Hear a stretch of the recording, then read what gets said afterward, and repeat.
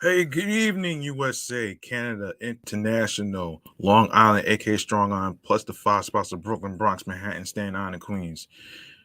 This is your man, G Money Stacks, aka the Gregonator, YouTuber, creator, host with the most, misunderstood lonely nomad, along with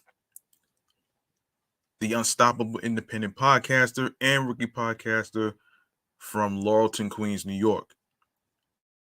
Rocking and hanging with me on the 37th episode of the Sports Edition show of Excellent Fun Vibrant Talks podcast. We're live and direct from StreamYard alongside with YouTube. Make sure you turn your notifications on the podcast show page, which is right besides myself. Make sure you turn on your notifications so you can be reminded of when each episode is going to be dropping.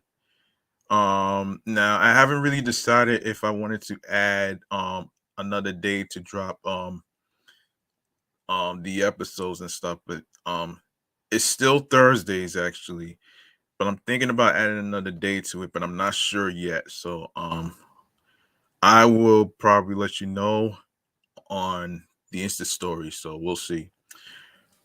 Um in the meantime, if you are a new listener or a new YouTube watcher, welcome to the show. And if you missed any previous episodes, any new and previous episodes, don't worry. Everything is all uploaded and posted to the YouTube channel page of Excellent Fun Vibrant Talks podcast. YouTube channel page is where you can grab that subscribe button for me and tap the noti bell so you can be reminded when the show goes in the air via live stream. Leave a like and a comment along with the episodes, more video content, upcoming episodes, previous episodes, and of course, be sure to actually catch up on the episodes, share the episodes, share the videos, download these episodes, and make sure you actually tell a friend to another friend. And I'll handle the rest where you can actually listen and stream these episodes on streaming platforms at the end of the show. All right. First and foremost, um, how am I feeling mentally, physically, and spiritually? You ask. Well, for the most part, I am, I am base. I'm basically all right.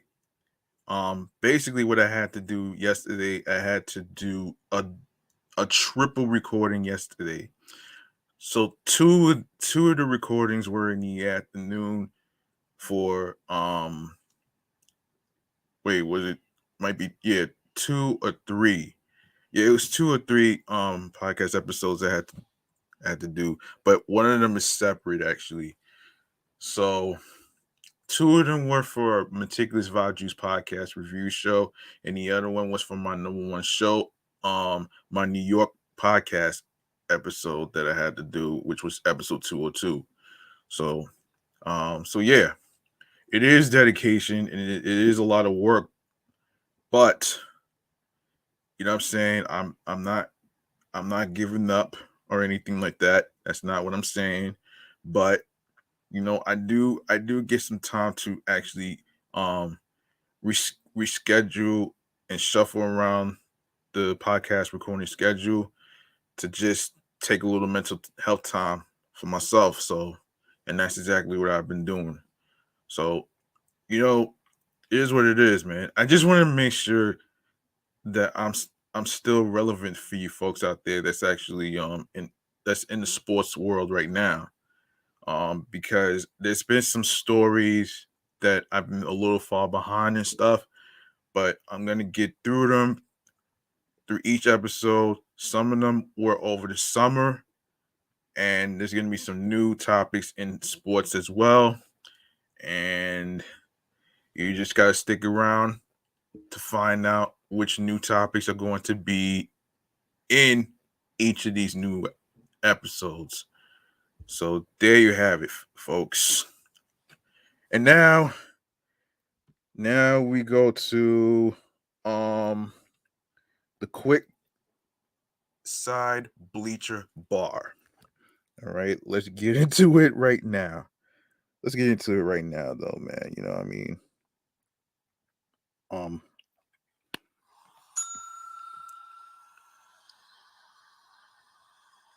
okay. Little recap from from over the summer, which I will go over. And this has to do with the Golden State Warriors actually. So I want to get that out the way. So let's get into it. So anyway, I know this is over the summer, so I'm actually doing a little recap for what happened during the summertime. So anyway, um so Golden State orchestrated an early scoring outburst as the Warriors overwhelmed the Boston Celtics 103 to 90 in game 6 to capture the NBA championship on Thursday. Um which was June 16th and Friday, June 17th. Um Manila time. Vanilla. Rhymes with vanilla. Oh man. Finals MVP Steph Curry pumped in 34 points, 18 coming from beyond the arc on top of 7 rebounds and 7 assists as the Warriors claimed their 4th title in 8 seasons. Curry, Klay Thompson, Jordan Poole, and Andrew Wiggins fueled the early run, which put the Warriors ahead by as many as 21 points, 54-33 in the first half on the way to taking the series 4-2 on the road in Boston. The Celtics staged several spurts closing in within 86 to 78 in the fourth quarter after trailing by as many as 22 points. 72 to 50, but the Warriors always managed to put up a clutch response. Jaylen Brown led the Celtics with 34 points and 7 rebounds. And yeah, so that's pretty much what this is. All right, so up next, Rob Gronkowski retires. Um, all right, so Rob Gronkowski, who came out of retirement 2 years ago to win one more Super Bowl with Tom Brady and the Bucks, retired for the second time today, finishing one of the best careers of any tight end in NFL history, like Brady. He spent most of his playing days as part of the Patriots' dominant run with 3 Super Bowls in 5 years. Finishing with 2 seasons in Tampa, Gronkowski, age 33, finishes his career with 92 regular season touchdowns, third all time among tight ends behind Antonio Gates and Tony Gonzalez. He added another 15 in playoff games, including 5 in Super Bowls. Those numbers were limited by near constant injuries over his career, including back issues that led to his first retirement after the 2018 season. The larger than life personality of Gronk made him a fan favorite. His touchdowns punctuated by his signature Gronk spike. His celebrity has extended far beyond football, hosting TV shows during his off seasons and making frequent commercial endorsements.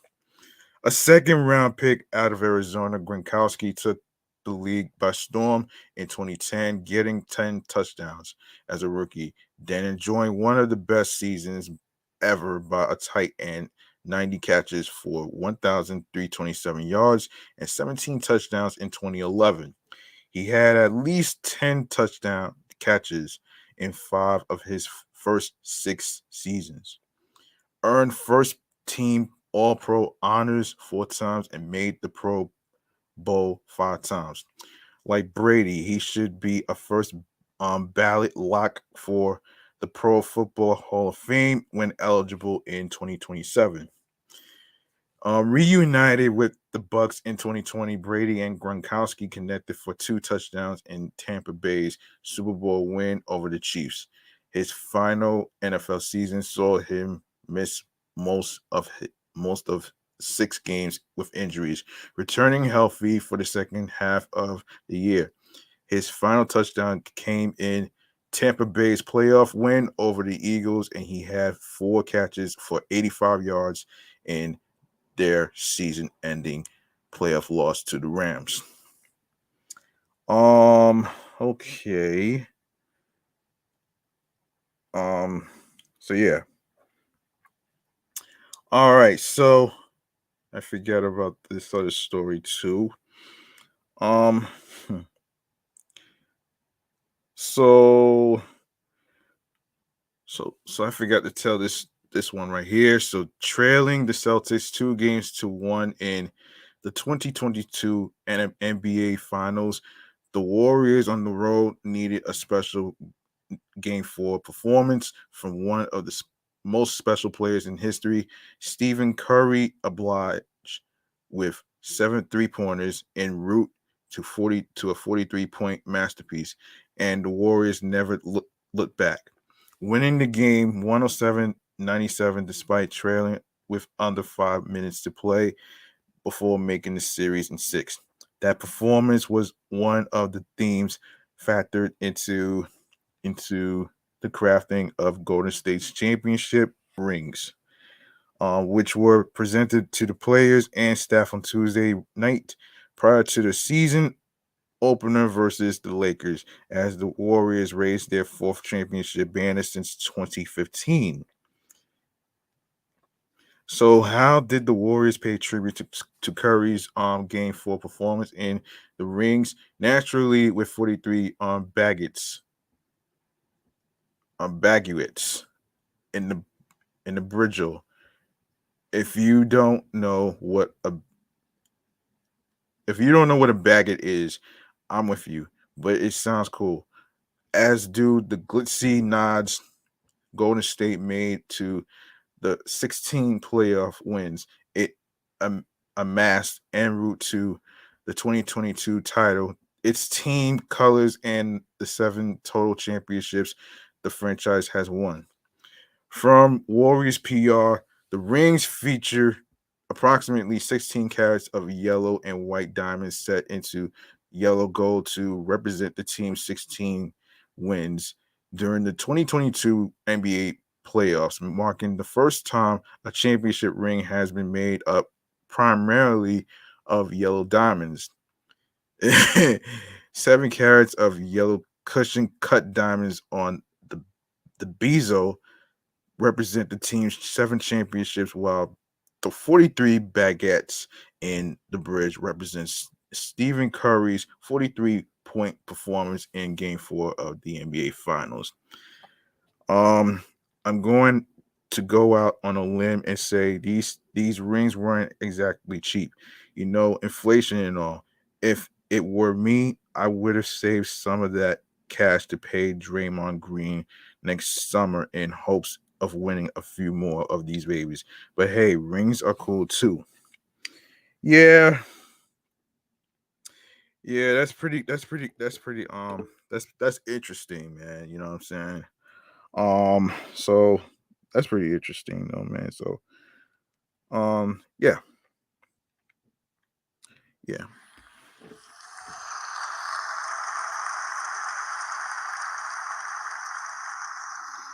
Um what's on the agenda for this one right here?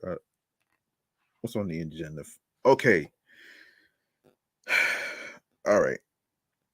Um okay, we got Jayson Tatum. All right, let's get to that one.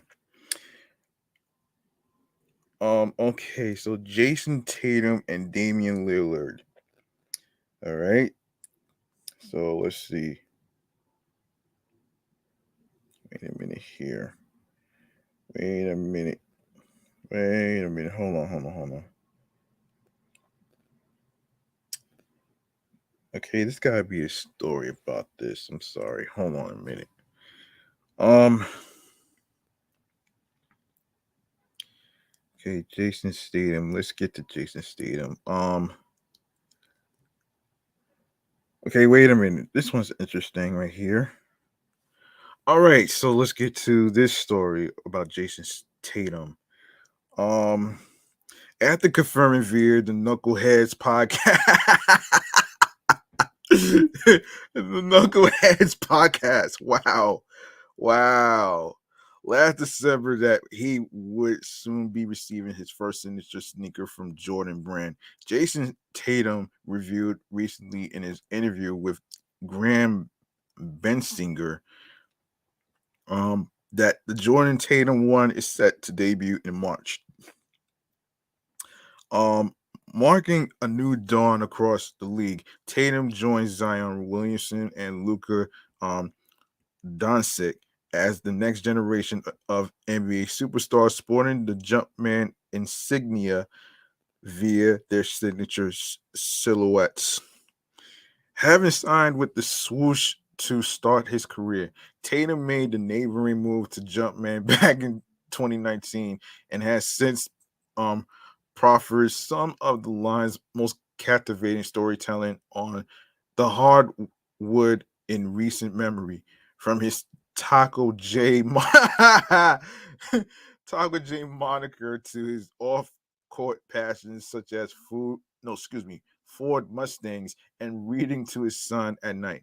Tatum's boastful collection of PEs is more than enough evidence that his first sneaker will be chock full of personal expressions.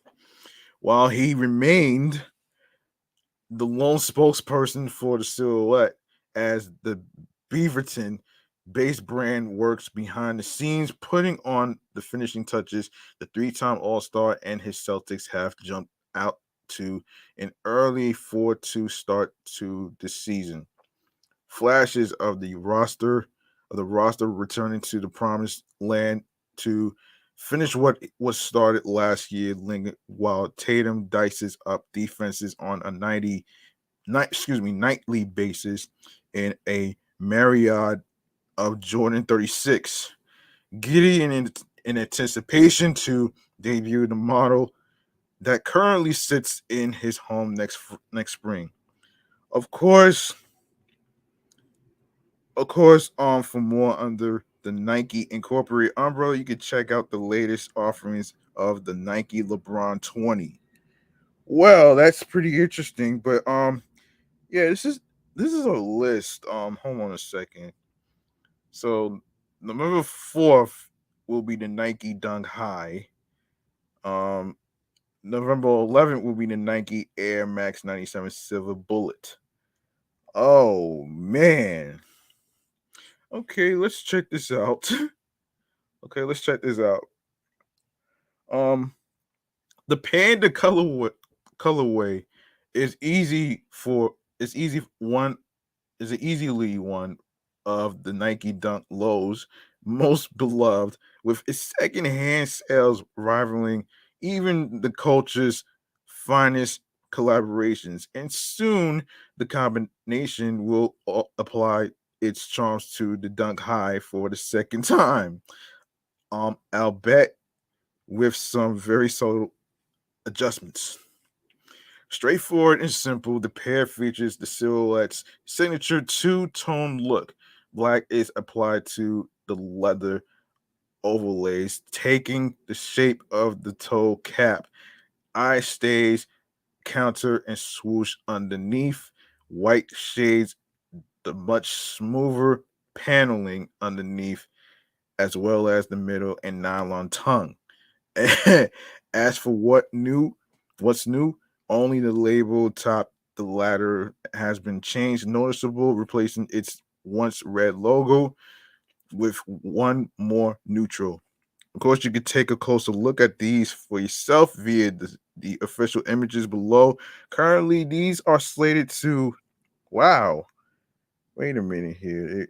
These are slated to release on January 27th via Nike.com and likely select retailers. So wait, this is Okay, so this is a restock date. Hold on, I'm sorry. This is a restock date. I'm sorry. Wait, this is a restock date. I'm sorry. Hold on a second. Hold on a minute here. This is a restock date. Okay, wait. No. Actually, your restock date is November 4th. Coming up. So I think that's about it on that one. Um anyway, you can look at the sneaker news website for yourself. For any new kicks that's coming around. Let me make some noise for these kicks though, man. For Nike. This is like one of the reasons why I am a Nike fan for life actually. So here it is.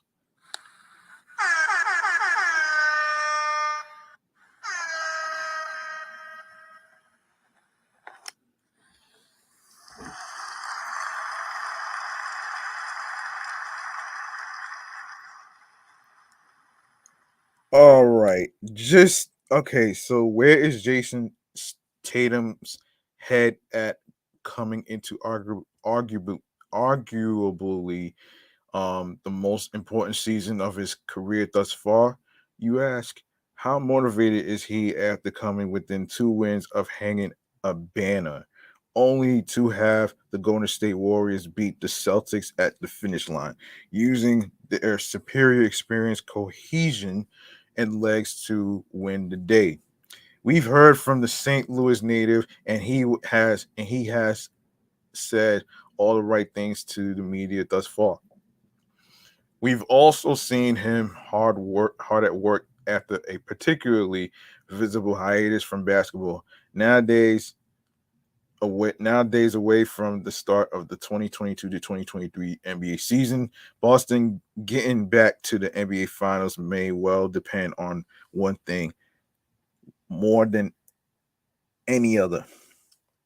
Just how motivated is Tatum coming into the 2022 to 23 season? Of course, you can take a look at the clip embedded above to hear what NBC Sports Boston, Trini Casey, Chris Mannix, Chris Gasper, and Chris Forsberg. Um, that's a lot. That's a lot of Chris have to say about this important question. Yeah. So that, wow. Um, that's a good question. So we'll just leave that right there. Um, yeah, unfortunately, James Harden is going to be retiring.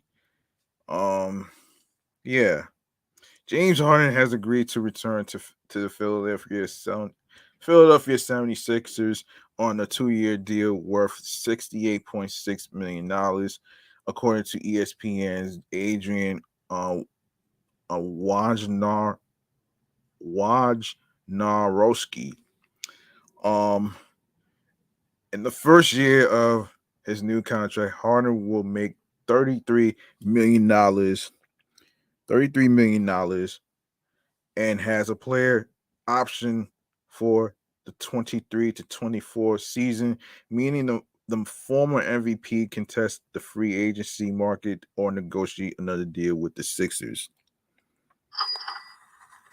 Harden came to Philadelphia at the deadline last season in a trade that sent Ben Simmons, Steph Curry, and Andre Drummond to the Brooklyn Nets. Across his 21 games with the Sixers during the regular season, Harden averaged 21 points, 10.5 assists, and 7 rebounds per game. His offensive contributions took a dip during the playoffs when he averaged 18.6 points and 8.6 assists per game.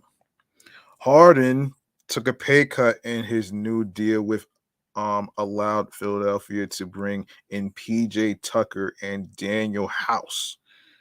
Okay. Okay, so that's pretty much it for Harden actually. Let's see. And the 2022 Dreamville Shy League did not get a chance to cover this actually. Um The NBA season only spans from October to June, but the game of basketball itself is a year-round sport. No matter what season of the year, you can find the beautiful game of basketball being played at a high level somewhere. NBA players will spend their off seasons training, playing with international teams in FIBA competitions, and sometimes play in games, scrimmage games that are mixed with pro and amateur hoopers. Pro AM basketball events are nothing new. The pickup style brand of the sports has been a staple in basketball for decades, from Jamal Crawford's the crossover pro am in Seattle to Dykeman basketball in New York. Um, the game of basketball literally stretches from sea to shining sea. The sporting goods company Wilson, also with record label Dreamville, have gone to great lengths to build out the infrastructure of a pro am league in Chicago and just finished their second successful year of the event. Yeah. Okay, so let me see. So up next, let me see. Any okay, let me see this. So this is okay, so this is basically NBA predictions. Um that's the name of the episode. So basically, um okay, so has the panic started to set in between surprise injuries and underperforming stars week 1? Fantasy managers will be itching to hit the wire. So below I have some recommendations heading into week 2. Most players listed will be under 50% rostered, with a few exceptions. But I'll also provide some category specialists for those with um, specific needs, right? Before making any pickups, um, I always peek at the schedule on Sunday to determine which players have the most games played for the upcoming week. Here's a list of all the teams and their amount of games heading into week 2. Um, so you have 4 games with the Bulls, Heat, Pistons, Rockets, Sixers, Timberwolves, Jazz, Spurs, Pacers, Magic, Nuggets, Mavericks, Warriors, Knicks, and Nets. 3 games: Cavaliers, Wizards, Hornets, Suns, Trailblazers, Raptors, Grizzlies, Bucks, Lakers, Clippers, Celtics, Pelicans, Thunder, and Hawks. 2 games with the Kings. So I tried to maximize my pickups by targeting days with lighter slates, typically on Tuesdays and Thursdays each week. Depending on your roster size, you'll have to challenging start challenging start sit decisions on the days with larger slates. So this is Monday, Wednesday, Friday, and Saturday, but that doesn't mean it's not worth it for the right players. Notable back-to-back sets. The Pistons are the only team to play Tuesday and Wednesday, while the Heat and Nets are the only teams to play Wednesday and Thursday. 6 teams have back-to-backs on Friday and Saturday. Bulls, Sixers, Pacers, Hornets, Bucks, and Hawks. Okay, now that you know when teams play and when it might be best to utilize them, let's get to the pickups. So there's Derek White. Um Derek White. Um what are we doing here, people? Let's get Derek White over the 50% roster threshold immediately. He's the starting shooting guard for the Boston Celtics. I know he looked rough in the season opener, but it's been trending in the right direction since then.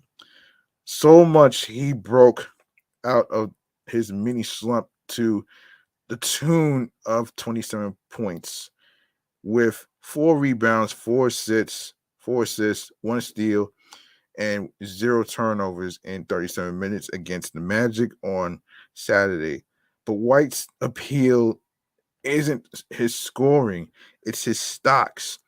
He swatted 3 shots against Miami on Friday, and his career averages are almost a steal, 0 0.8, and a block per game, 0.8. Um, Boston has a deep backcourt, and while his minutes may fluctuate from game to game, he should be rostered in all leagues because of his defensive upside, low turnover rate, and ability to collect counting stats for more points, assists, and threes. He's 53rd in per game value through the first week of the fantasy basketball season. Another member of the Boston Celtics makes the list of pickups despite coming off the bench in his first few games to start the season, with Robert Williams III out indefinitely and Al Horford being underwhelming. Al Al Horford. Grant Williams will continue to be a fixture of the Celtics rotation. He'll be a restricted free agent this summer and will have plenty of suitors in the market as a two-way wing who can guard multiple positions and hit threes at a respectable rate, which is 38% for career. While Williams is probably a better real life player than a fantasy asset, he still does enough to warrant your attention. It's early, but his 34th in per game value through week 1 with averages of 12.7 points, 4.7 rebounds, 1.7 assists, 2.7 threes, and 1.3 blocks. His shooting splits are ridiculously high, 86, 80, and 86. And that won't hold, but his minutes are encouraging, 26.8, especially with Horford playing so poorly.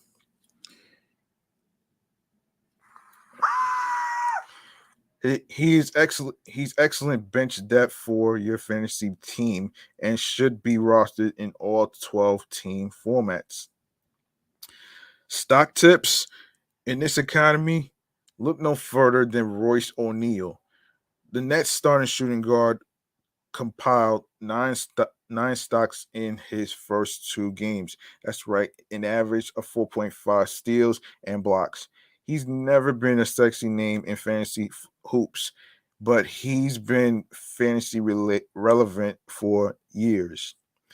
He's finished as a top 100 player in the last 3 seasons, in part because he plays a lot of games and quietly tallies a considerable amount of counting stats across categories. He's already carved out a promising role with the Nets, averaging 36.5 minutes in his first 2 games with 8.5 points, 5.5 rebounds, 3.0 steals, and 1.5 threes. His field goal percentage won't hurt you because he doesn't get much volume playing alongside such ball dominant high usage uh, high usage all stars. And that's the beauty of Royce. He's always available when and remains an underrated source of steals, blocks, and threes. Now he is benefiting from the absence of Steph Curry and Joe Harris being brought along slowly, but as long as his minutes are there, he's worth a roster spot in all formats. Damn, they it's a shame that you got some injuries that's going on with certain athletes, and you gotta find replacements. That's pretty much how the damn fucking game is. So anyway, Terrence Ross is one of the streakiest fantasy basketball players known to man. But when he's hot, he's worth streaming in deeper leagues. He's starting at shooting guard and currently earning 34.1 minutes per game. Ross can be a valuable source of points and threes, as evidenced by his averaging 17.7 points with 4.0 rebounds, 1.3 assists, and 3.0 threes through the first few games.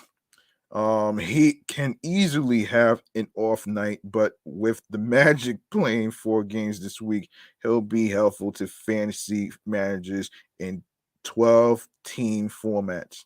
He's currently 42nd in per game value.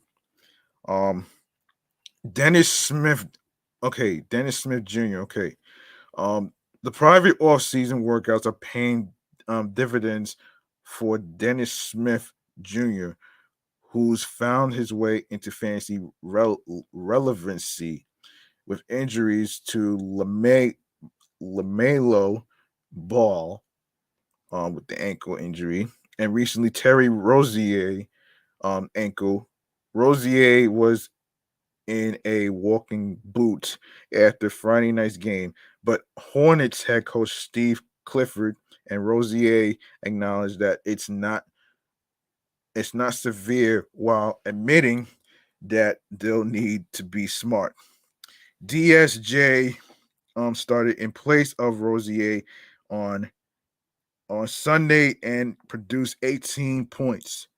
Of course, this is 18 to 16 field goal, 1 to 2 to 3 points, with 6 assists, 2 rebounds, 3 steals, 1 block, and 2 turnovers across 33 minutes in a victory over the Atlanta Hawks. Smith averaged 1.1 steals in his 6-year career, but he often struggled with shooting efficiency. Not this year. Through 3 games, he's shooting 56.7 from the field goal and 71.4 from beyond the arc. Wow. Wow. Wow. That's really, really, really dope, man. Hold on. Let me do some explosions. That's dope, man.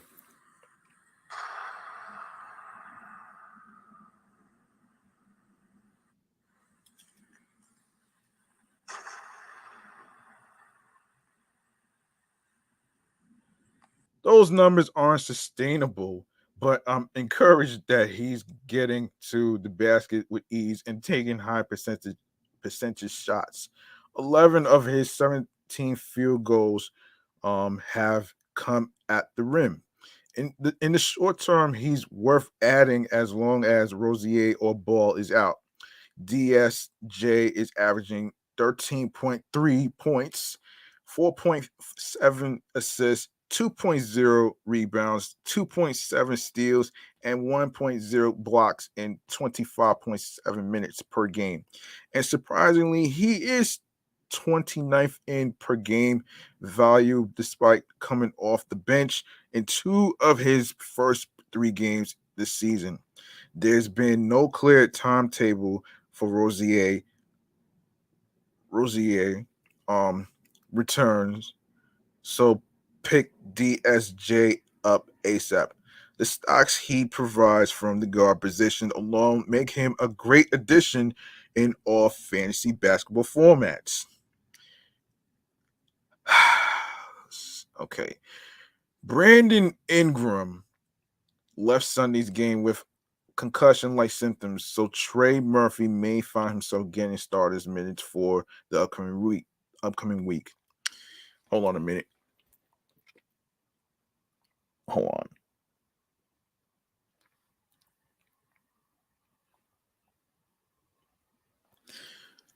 All right. Yeah, upcoming week. There's been no update on Ingram's status or Zion Williamson's hip contusion at the time of publication. So I'm proceeding as if Murphy will be the guy to step up if Ingram misses time. Oh man, you missing time.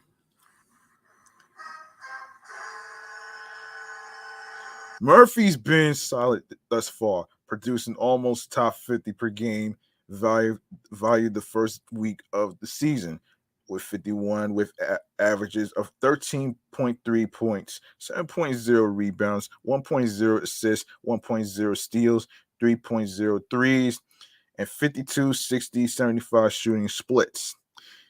He'll be an excellent source of points, rebounds, and threes if he continues to see close to 30 minutes per night. Hornets fans were excited about Nick Richards because of his stellar play in the preseason. Hornets head coach Steve Clifford had high praise for Richards, but many assumed Mark Williams would jump the line since the Hornets selected him 15th overall in the 2022 NBA draft. Even though Richards is backing up Mason Plumlee. The three pro is making an impact in limited minutes. If you are looking for field goal percentage, points, and rebounds, Richards fits the bill. Yeah, he's double doubled in 2 of 3 contests this year and is averaging 15.0 points, 9.0 rebounds, and 0.7 blocks and on 69.2% from the field and 75% from the charity stripe in only 22.6 minutes per contest. He'd be a must add if Plumlee misses time, but for now, he's worth streaming if you are hunting those categories. Wow. Um, okay. So category specialists do it all. Oh wow. So points and threes, Evan Fournier, Contavious Caldwell Pope, of course, 44%, 49% for Evan Fournier, Max Struss, 25%, Jalen Noel, 13%, Seti Osman, 12%. And we go to the rebounds. Jalen Duran, 46%. Walker Kessler, 45%. Kevin Love. Kevin Love. Wow. His last name Love. I can't believe this shit though, man. Oh man. 42% for Kevin Love. Andre Drummond, 37%. And Dayron Sharp for 2%. Damn. Damn, that's crazy. That's gotta suck though, man. But assists are Karis LeVert, 58%. Um, Josh Howe, Joshua Primo, 7%. Mason Plumlee, 13%. And the blocks goes to Jalen Duran, 46%. Walker Kessler, 45%. Steals goes to Alex Caruso, 55%. Jalen Suggs, 46%. DeLon Wright, 9%. Usman Garuba, 8%. And stocks is Patrick Beverly to 21% and Justice Winslow. All right. Let me see. What else can we get to? Um let's get to hold on a minute before I get to Ice Cube and the other stories. Let's get to hold on a minute. Hold on a minute though. Let's get to the roster of let's get to the Brooklyn Nets roster for a sec. This was posted on October 17th. So okay, so a new season of the Brooklyn Nets basketball will begin on Wednesday, October 19th, which already happened. And expectations couldn't be higher for a roster led by the star trio of Kevin Durant, Kyrie Irving, and Ben Simmons. And by the way, I'm gonna touch on the story about Kyrie Irving in a future episode to in regards to an anti-Semitic movie. I'll cover that in a future episode, not in this episode right now. So I'll save that for a future episode. After months and months of waiting, the Nets' new big three will finally take the court together to kick off another championship or bust season. Will the Nets be able to take the next step in the postseason and rebound from an early exit at the hands of the Celtics after a season filled with controversy and off-court drama surrounding Irving and Simmons? The Nets are once again considered leading contenders to battle for an NBA title. Um, Here is the full 2022-23 regular season roster for the Brooklyn Nets. So we got Royce O'Neal. He is from wait a second. He went to college in Denver, Baylor. And position is forward, 5 seasons, age 29, 6'4", 226 pounds. TJ Warren, NC State forward, 7 seasons, age 29, 6'8", 220 pounds.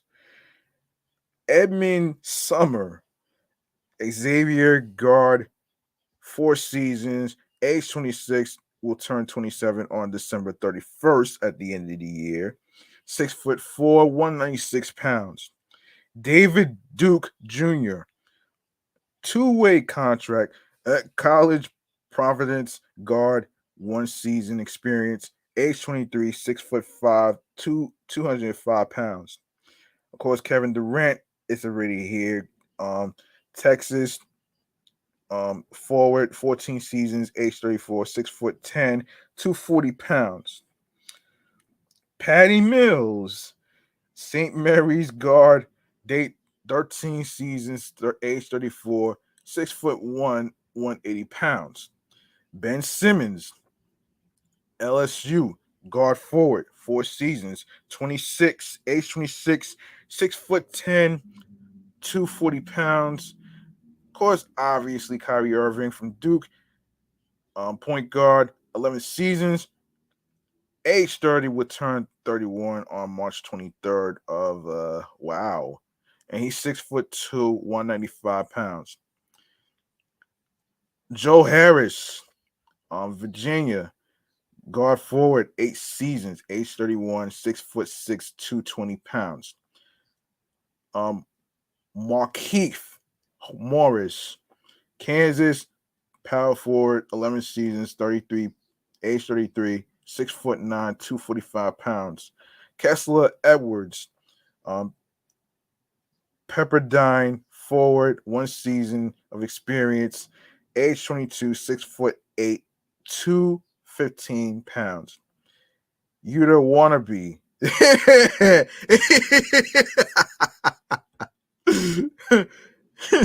Wannabe. Oh wow. George Washington, forward, 4 seasons of experience, age 28, 6'9".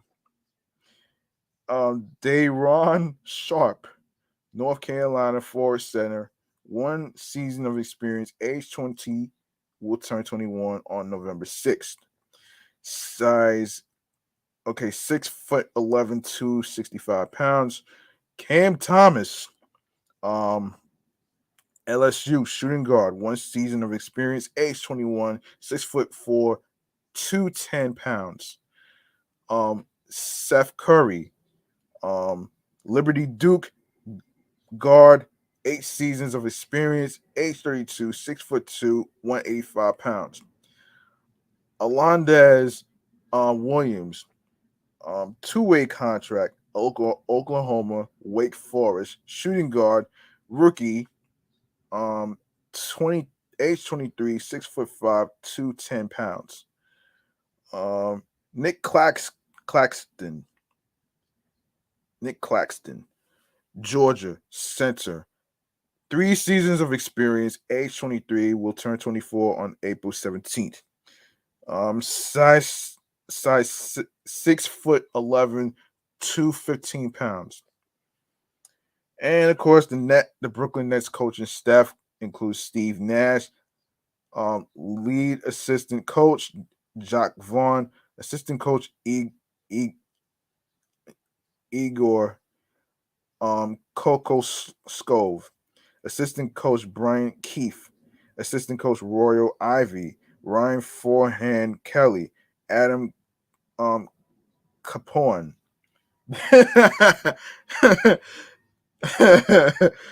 Oh man, Trevor Hendry, assistant coach for player development is Tiago. Wow. Oh my gosh, hold on. Let's all right, let's get to all right, we need to get to hold on. Before I get to Ice Cube, let me get to the all right, let's get to Spike Lee. Okay, so Knicks fans will get a chance to relive the team's 1990s era glory days as Oscar-winning director Spike Lee is directing a new documentary based on the book Blood in the Garden. Blood in the Garden, yes. The book, written by Sports Illustrated's Chris Herring, chronicles the Knicks' time in the 90s, led by head coach Pat Riley and starring Patrick Ewing, John Starks, and Charles Oakley. Former President Barack Obama put Blood in the Garden on his widely shared summer reading list. Well, okay. And after a decade where the Knicks engaged in a hard charging, no holds barred brand of basketball, they became legendary for their physicality and fighting spirit. The team, which is widely considered the best Knicks lineup in franchise history, unfortunately played at a time where Michael Jordan and the Chicago Bulls were dominating the NBA, but they managed to be relatively successful, culminating in their run to the NBA Finals during the 1998-1999. They eventually lost that series to the San Antonio Spurs, but made their mark in basketball history behind Ewing and Stark's legendary season. Now, Knicks superfan Spike Lee will take the reins and produce a film portraying the historical legacy of the team from Madison Square Garden.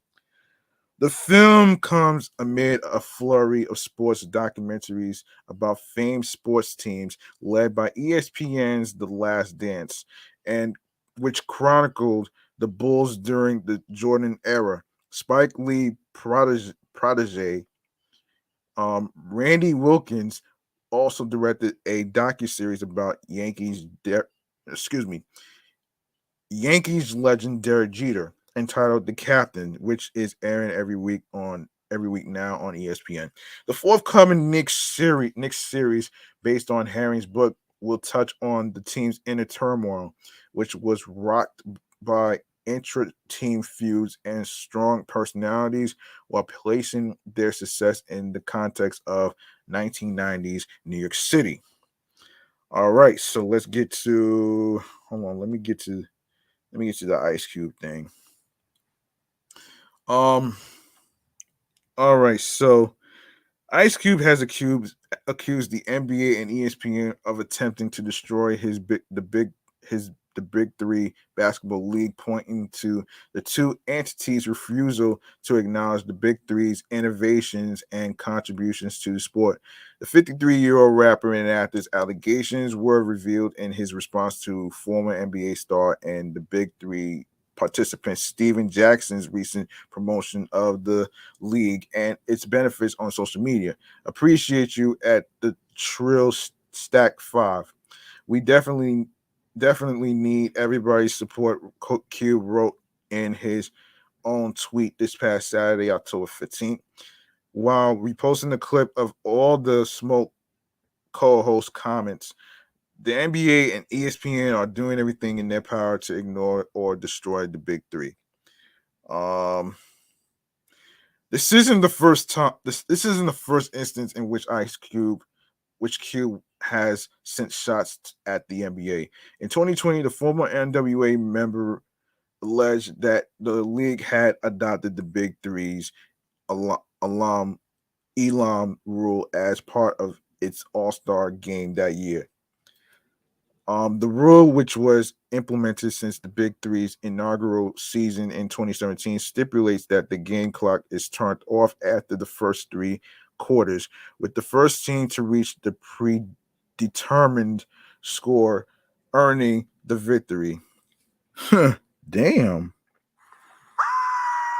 The forward thinking the forward thinking of the Big Three is taking our credit for helping the NBA make the fourth quarter of yesterday's ASG one to remember. Cube wrote in a tweet which included a photo of the Big Three's biggest stars. Many would try to pull the Elam rule out their asses, but we've proved in 2017 that no game clock is the future. No garbage minutes. Yeah.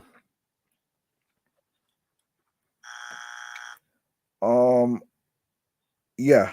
The Los Angeles native has also claimed that the NBA has taken efforts behind the scenes in order to stunt the growth of the Big Three, despite their outward support. The NBA hasn't been the nicest to the Big Three, Cube shared in a 2021 interview with Basketball News. Of course, publicly, they say all the right words. But we know privately there's things done behind the scenes with sponsors, broadcasters, blah blah blah. It did tarnish my fandom a bit.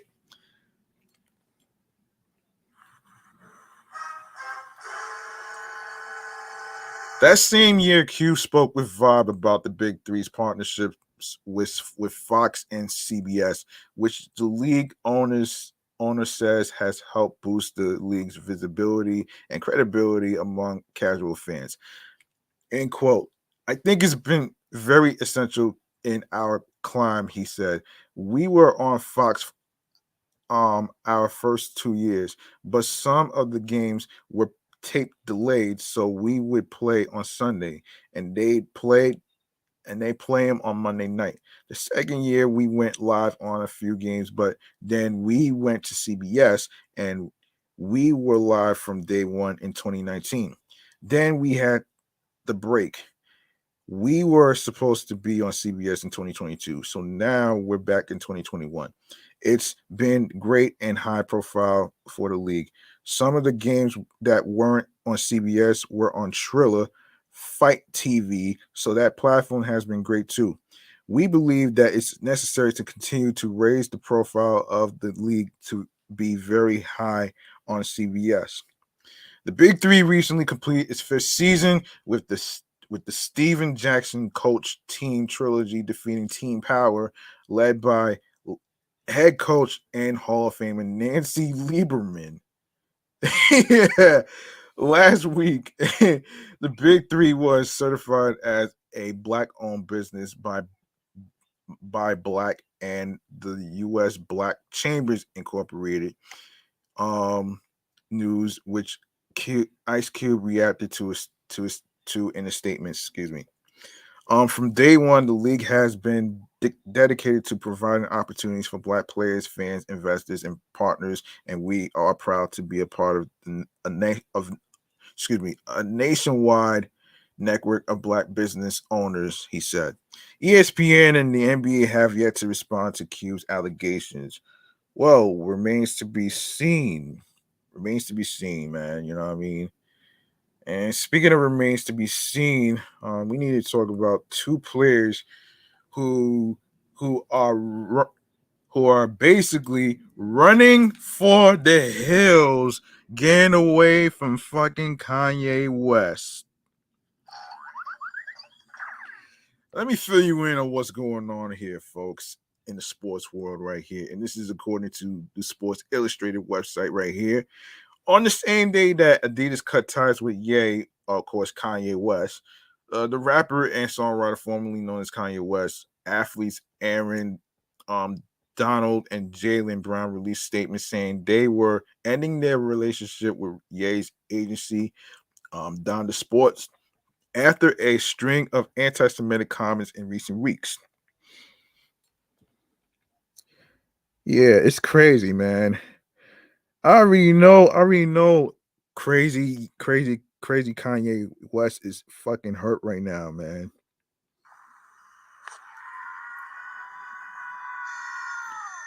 He's already falling off the damn wagon.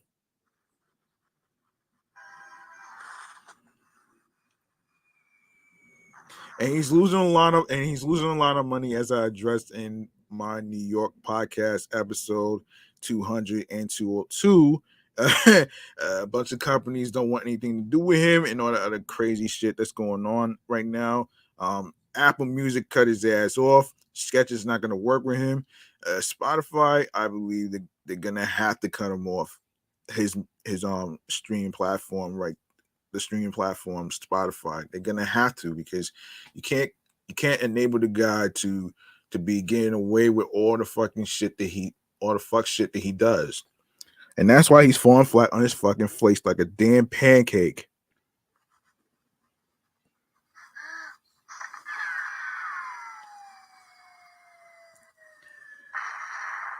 All right. Let's keep going here, man. Oh, wow. Yes, so the recent comments and displays of hate and anti Semitism are the exact opposite of how we choose to live our lives and raise our children. Donald's statement with his wife, Erica Reed. We find them to be irresponsible and go against everything we believe in as a family.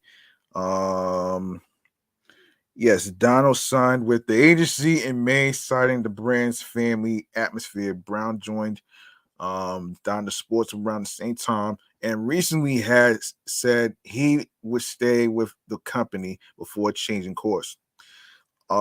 In the past 24 hours, I've been able to reflect and better understand how my previous statements lacked clarity in expressing my stance against recent insensitive public remarks and actions, Brown wrote. For that, I apologize, and in this, I seek to be as clear as possible. I have always and will always continue to stand strongly against any anti Semitism, hate speech, misrepresentation, and oppressive rhetoric of any kind. Adidas severed ties with Ye after the artist wore a White Lives Matter t-shirt at his Paris Fashion Week runway show. Yeah, I already touched on that right there, and I already expressed how I lost respect for that guy anyway, and I still do to this day. He followed that incident up by making anti-Semitic comments on Instagram and Twitter, including that he had constructed a plan to go DEF CON 3 on Jewish people.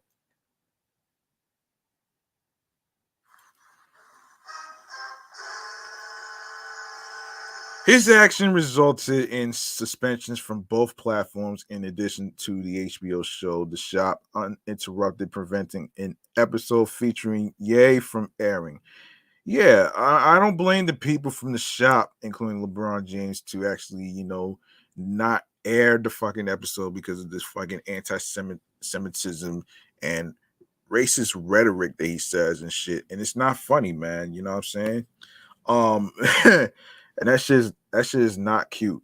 Um, yeah, the rapper continued to spout anti-Semitic rhetoric in appearance on the Drink Champs podcast last week, where he also claimed that he could say anti-Semitic shit and Adidas cannot drop me. Well, it's already happened. It's already fucking happened, man. You are fucking losing, man. You're not winning. And by the way, I already mentioned that Diddy is already a billionaire, so he's surpassed you already. So so that so that's just a kick in the ass for Kanye West, man. You know what I'm saying?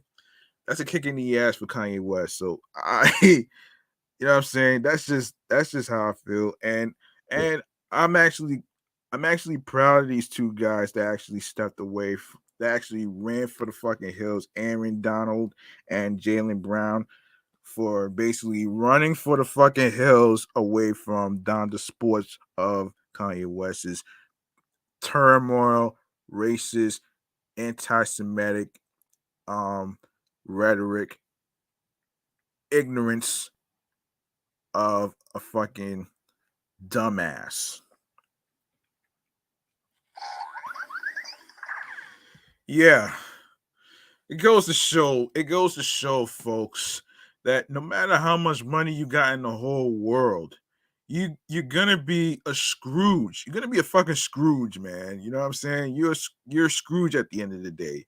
You and I bring up the comparison to King Midas because um the way I see it, um whenever Kanye has money and I say that for a bit, the man got fucking three cribs. He got three cribs.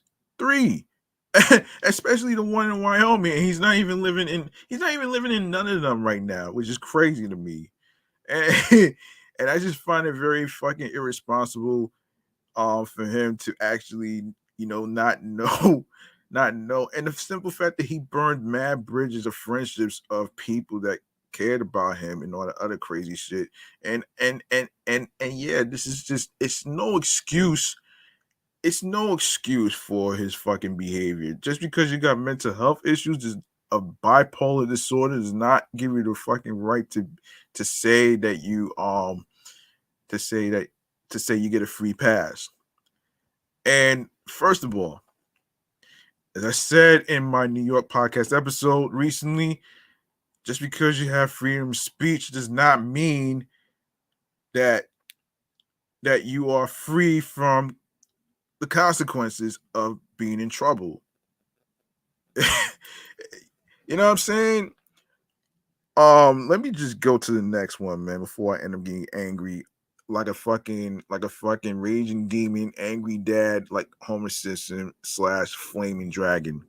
So that's pretty much the moral of the story, folks, man. And that's why I compared him to King Midas, because no matter what he does, what he touches, everything gets ruined, man. He's ruined everything. He ruined his damn career, man. So he needs to really shut the fuck up on all that crazy bullshit and that stunt that he pulled with the mother and all that other shit. Seriously, at Saints game, like come on, man.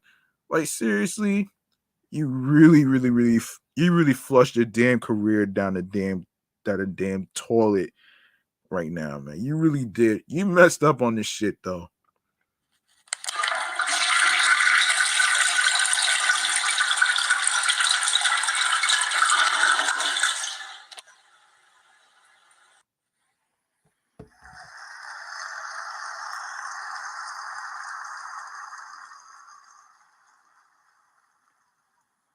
All right. All right. Now, so I didn't get a chance to touch this, but I didn't get a chance to touch this. So the Brooklyn Nets recently hosted an annual practice in the park, open practice and fan fest at Brooklyn Bridge Park's Pier 2. The free open to anyone event already began at 12 p.m. and will feature entertainment honoring the team's celebration of 10 years in Brooklyn.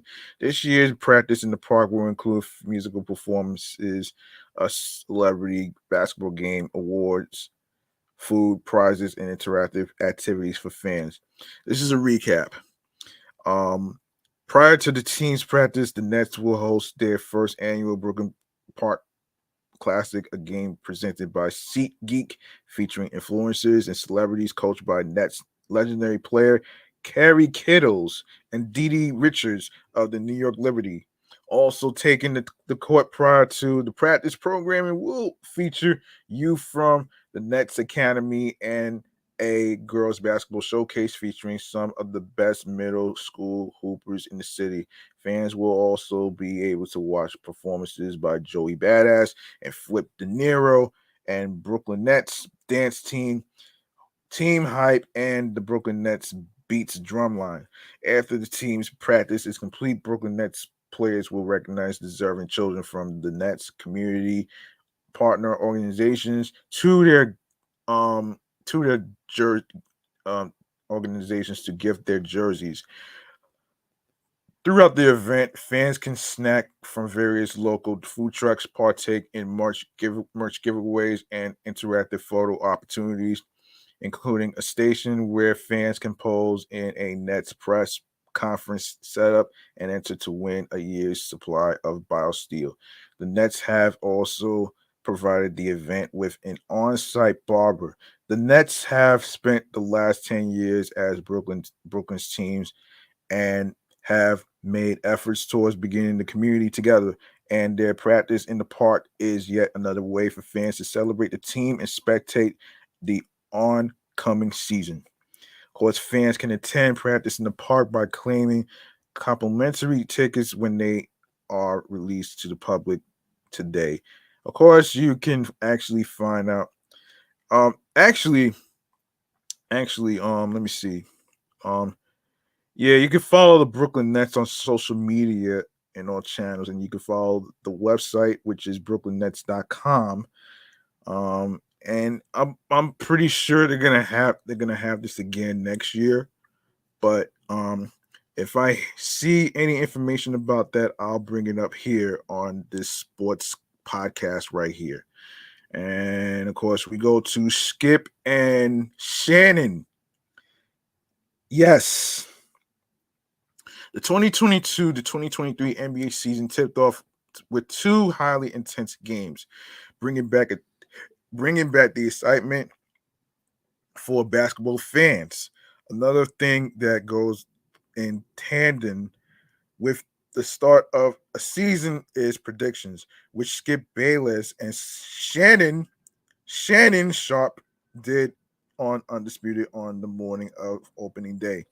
The undisputed host predicted that the Milwaukee Bucks will face off against the Golden State Warriors in the 2023 NBA Finals, given the stature of both teams. And yes, this is the NBA predictions episode right here. Um, a final with two loaded teams. The Warriors are defending champions going into the new season with similar goals. Their unit has a fair share of experience and young legs, giving them the right tools to repeat. On the other hand, the Bucks are starting the season understaffed, but with a fully healthy roster, they also have a championship pedigree. To add to that, um, um Giannis, let me try to pronounce his last name, but it's kind of hard to, you know what, let me not butcher his last name. So Giannis has evolved into one of the best players in the league. He's a great contributor on both ends of the floor, focused on inspiring the team to get the little things right. Moreover, the Bucks roster remains identical, which helps them concentrate on improvement rather than chemistry building. All right, so let's get to. Let me see. What else did I miss? Did I miss anything? Let me see. Um, yeah, I already talked about James Harden. I already talked about Jason Tatum's. I already talked about Warriors. I already talked about that. And the last topic of the night will be the Tribeca 2022 game change game.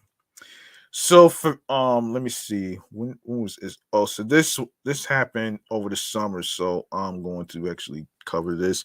So for those who may not know, so for many Americans, the gravity of COVID-19 pandemic did not truly hit until the National Basketball Association announced that it was pausing its season. The image of Mark Cuban, the owner of the Dallas Mavericks, reacting to the news still resonates to this day. Game Changed Game is a documentary produced by the NBA Players Association that gives an unprecedented look into the mental headspace of the NBA players as they navigate restarting their season in the NBA bubble. While a massive protest movement sparked by the George Floyd's death at the hands of the police officers was occurring. The NBA is in a unique position within the sports landscape. The league is made up of 74% black players, and more so than any other sports league. The players have gained a lot of agency in their player movement, called the player empowerment movement. Sometimes derisively, this level of agency could be attributed to the fact that the players of the NBA have the ability to exhibit their personality and become stars, something akin to European soccer stars. As as can be seen in this documentary, the players of the NBA take this responsibility very seriously. In real time and with hindsight, talking head interviews, the players interviewed, including Chris Paul, Matisse, Thibault, and JaVale McGee discussed their thought processes and mental headspace trying to um, continue the 2019-2020 NBA season. This included creating the NBA bubble on the campus of Disney World, in which the players quarantined themselves in the Disney resort away from their homes and family to finish the season with makeshift courts. It is fascinating seeing the myriad of real time testimonials, vlogs, and footage of the league adjusting to the new way of life, trying to compete at a high level and keeping their sanity. When the America wide protests sparked by police brutality began to occur in the summer of 2020, the players began to confront their place in the public eye and their positions as prominent black men in the cultural landscape. Testimonials by Dabo Stefalosha and Sterling Brown with um, discuss with frank honesty their own encounters with the police. The most engaging moments of the movie come when the the this this um desperate voices of the men in the bubble argue over whether they are going to stop playing, breaking their collective bargaining agreement with the owners and feeling uncomfortable playing during the time.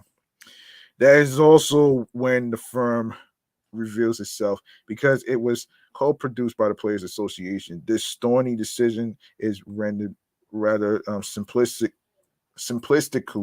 especially when compared to the way the film deals with um, the other controversial topics in the film. A borderline hagio hagiography, excuse me, the way film portrays the player's decision to continue playing, whether right or wrong, and the use of other talking heads like the family of some of the police brutality victims is rather uncomfortable. The Players Association is great at branding after all, but some sports and politics have always been intertwined, no matter how much the shut up and dribble crowd quibbles. Footage of Muhammad Ali, Muhammad Abdul Ruff, and Kareem Abdul Jabbar are used to contextualize that fact. It is affecting to see how much consideration these young men are taking in their place. The talking heads are allowed to speak bluntly as such. The film is ambitious, wanting to cover much more than it probably could, leading to a long run time made longer by its uneven tone of trying to balance traditional fun sports docs with the magnitude of racial justice. It might also have benefited from having more time to be more of a retrospective. It would be interesting to see how the players reflect on this experience with more hindsight. But with the film we have now, Game Change Game is an interesting mess made worthwhile by the intimate footage it has access to. Of course, Game Change Game was screened as part of the 2022 edition of the Tribeca Film Festival. Of course, you can follow Patrick and his passion for the film on Letterboxd and Twitter. Yes. Let me see. Let's see. What else did I even talk? Oh, yeah, I already talked about that.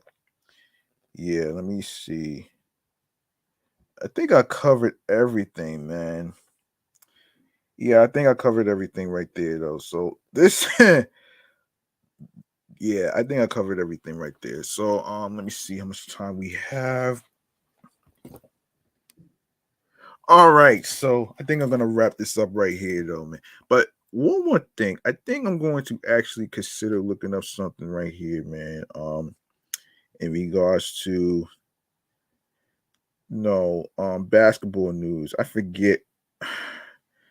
I'm gonna do one more basketball thing here in regards to the predictions. So NBA predictions 2022. Hold on. NBA predictions 2022. Um let's see if there's any more information. Um Yeah, wait a minute here. Wait a minute here. Another okay, okay, the ringer. 19 increasingly. Wait a minute. Wait a minute here. This is interesting. Okay, so this is from the ringer. It's hard to oversell the 2022 to 2023 NBA season. The world's best basketball league is finally back in an exhilarating, entirely unpredictable form, highlighted by numerous stars who missed all or most of the 2021 to 2022 campaign. Um, um, Ka- Kawhi, Zion, Murray, Simmons, Dame, Sexton.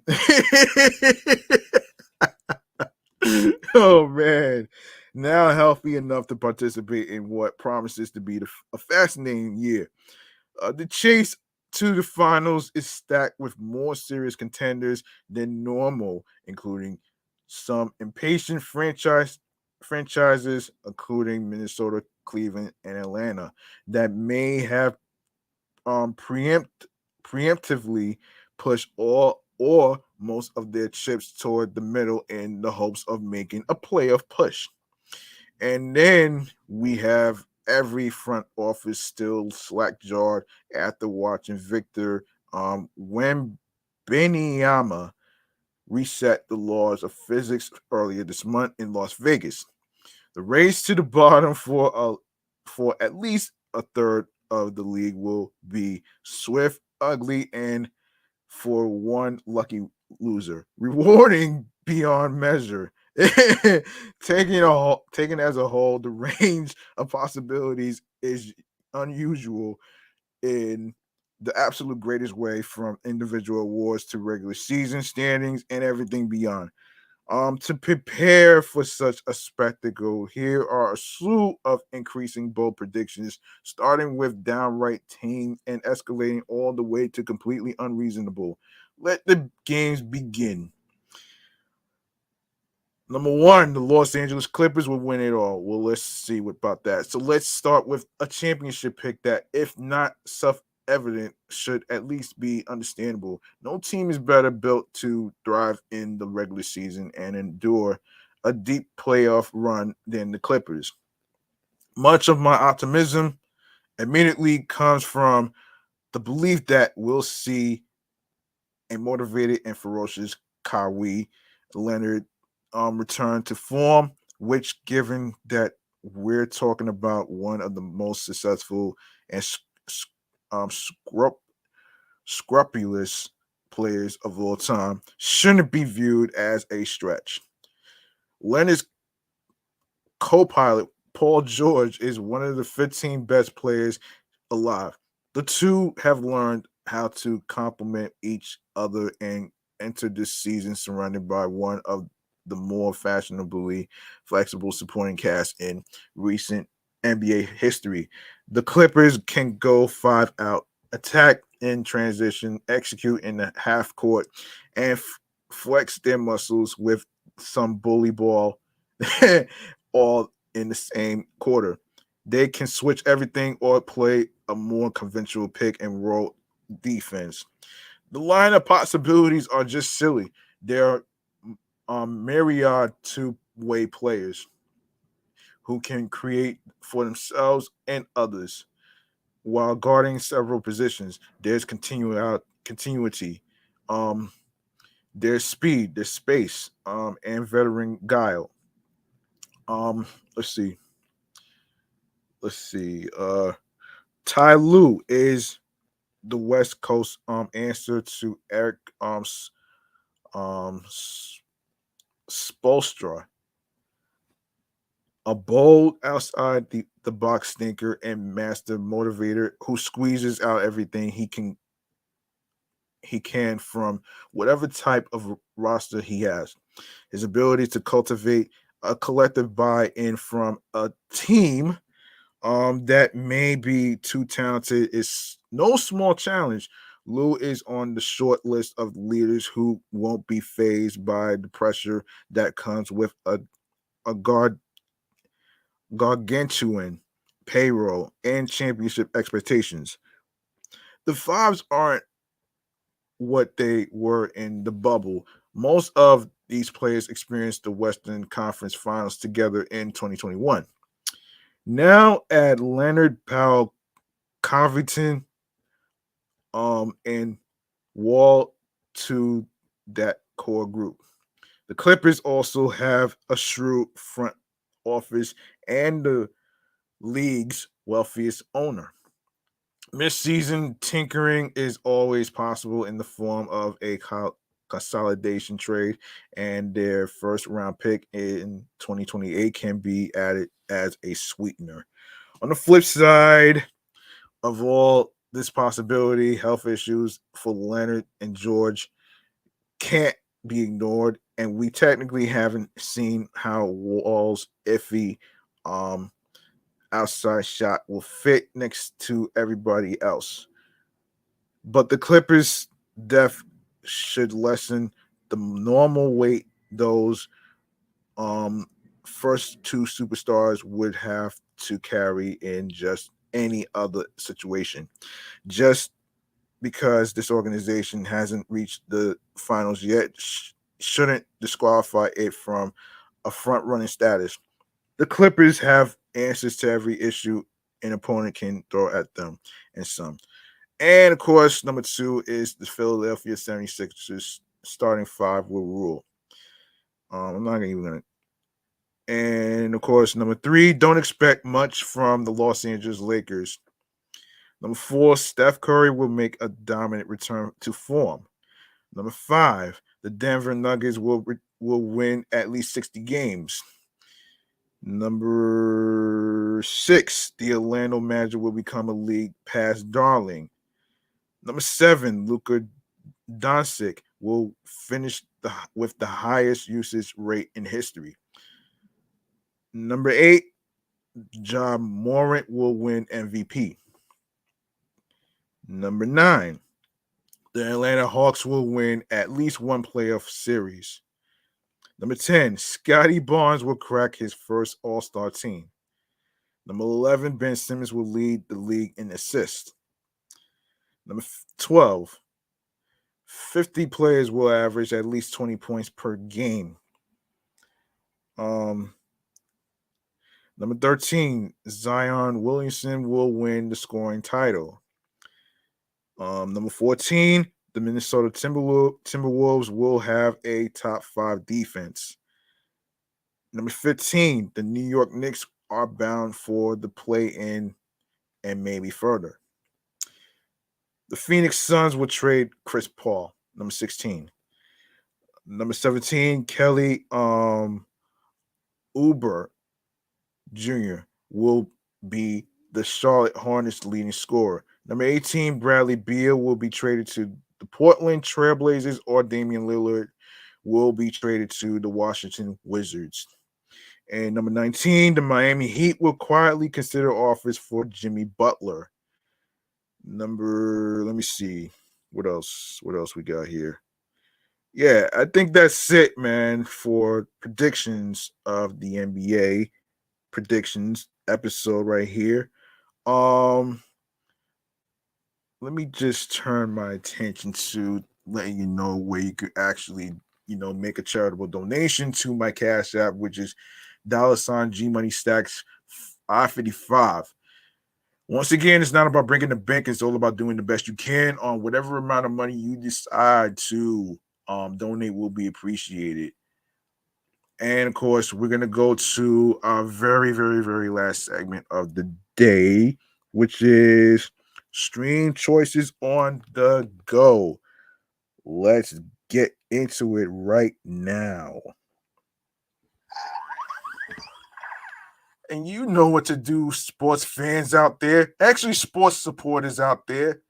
Um, you like the topics that is being discussed and all the other stuff in sports, whether it's basketball, baseball, whether it's football, whether it's tennis, whether it's whatever sport it is that you're interested in. Even though I didn't cover too much about volleyball this year, but I'll try my best to actually do it next year.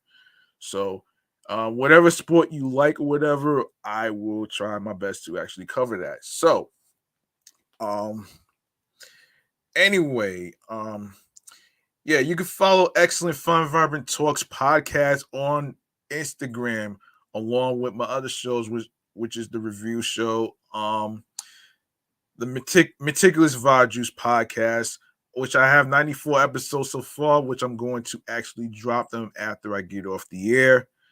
And of course, my number one show with 202 episodes already in the books. Off the Meat Rack Chains New York podcast, which is also on Facebook and Instagram as well. Of course, if you miss any new episodes of my New York podcast, everything's already uploaded and posted to the YouTube channel page and along all the streaming platforms, of course. And speaking of which, make sure you turn your notifications on and to be in the know when each episode is going to be dropping. I will make an announcement on adding a day on when I'm going to drop another episode of the Sports Edition show of Excellent Fun Vibrant Talks podcast. I haven't decided yet. I will let y'all know in the Insta story. And speaking of which, go to the link in bio where it says Linktree / Excellent Fun Vibrant Talk Vibrant podcast. Actually, is what it's called. So I didn't have room to put talks on the Linktree, so I'm probably gonna end up I don't know. So anyway, so be sure to actually follow and subscribe to every stream platform that I am about to mention to you.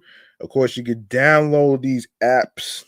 You can download these apps onto your Android phones, iPhones, iPads, and Android tablets. All right. And starting with Anchor, um, Audible, Audacity, Amazon Music, Breaker, Castbox FM, Deezer, Listen Notes, Moon FM, Podcast Player FM, Pocket Cast, Podfriend, Podorama, Podopolo, Podcast Index, Podcast Addict, Podchaser, Podverse, Reason FM, Spotify, Stitcher, TuneIn Radio, Google Podcasts, and make sure you leave a 5-star rating on Podchaser, Podfriend, Apple Podcasts, and of course Spotify as well. 5-star rating and a review will be appreciated. So you can listen to Excellent Fun Vibrant Talks podcast, the Sports Edition show on Radio Public alongside with iHeartRadio, the number one app for music, radio, and podcast. You don't need to pay with a credit card to download iHeart card. You know what I'm saying? It's free. You go to your app store on your iPhones or your Android phones, Android tablets, iPads, and of course Android tablets, excuse me.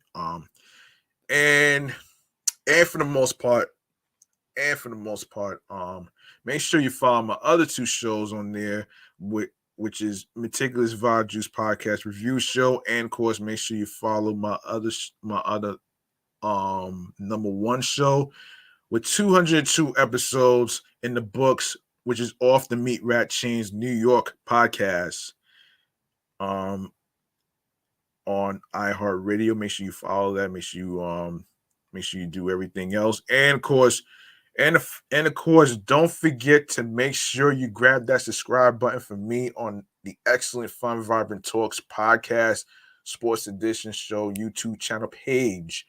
And click on the noti bell so you can be reminded when the show goes in the air via live stream, alongside with leaving a like and a comment along with the episodes and the topics and sports related stories and topics. And of course, more video content, upcoming episodes, and previous episodes. In case you miss any of the episodes, you can catch up to all of them and all that great stuff. And for the most part, be sure to tell a friend to another friend. Download these episodes, which is very important to keep the show going. Be sure to share the episodes, share the videos, and of course, listen, stream, and watch these episodes in case you miss any of them so you can catch up. And of course, make sure you share the podcast along with the link that says Linktree / Excellent Fun Vibrant Talk. No, excuse me, Excellent Fun Vibrant Podcast, which is also there as well. Anyway, in case you didn't know, I actually added the word talks to the title of the podcast show. It's still the same show, so don't worry about the confusion right there. Don't worry about that. It's a word that I added, which is talks. So you know what I'm saying? And yeah, make sure you share the podcast along with the link that says Linktree / Excellent Fun Vibrant Podcast with your husbands, your wives, your boyfriends, your girlfriends, and your friends and the people you are cool with who are into sports, whether it's basketball, baseball, football, tennis, volleyball, whatever it is, man. You know what I'm saying? And of course, yes. And that's gonna do it for me, man. I'm G Money Stacks. Thank you very much for listening and hanging out with me on the 37th episode of this sports edition show, Excellent Fun Vibrant Talks podcast. I really appreciate you folks waiting. I apologize for delaying the episodes. I had to do some I had to do a triple recording yesterday, so I didn't really get a chance to actually cover this, and I had to take care of an episode on Sunday. So I had to take care of an episode on Sunday, so I had to take care of that as well. So yes, and remember, the grind doesn't stop. Hard work pays off. If you want something, you got to work hard to earn it. Alongside with, which is the most important thing right here, is to be confident in your craft, creatively speaking, and whatever career field you're trying to get into. Make sure you follow your goals and dreams. So don't let anybody stop you or tell you what you can and can't do, depending on what talent and skill you have. And of course, be sure to remember that New York wasn't built in a day. Of course, find your voice, be you, and find something that makes you happy mentally, physically, and spiritually. And alongside with looking for that spark that clicks to you, that gets you into your zone, that gets you into your zone, alongside with tunnel vision. All right. I hope y'all enjoyed your Halloween weekend. I'm sorry I didn't get a chance to record this past Sunday. I'm back right now, and I'll see y'all in the next episode, man. Peace and one love. Take care of yourselves, and of course, look out for one another, and of course, have yourselves a good night, folks.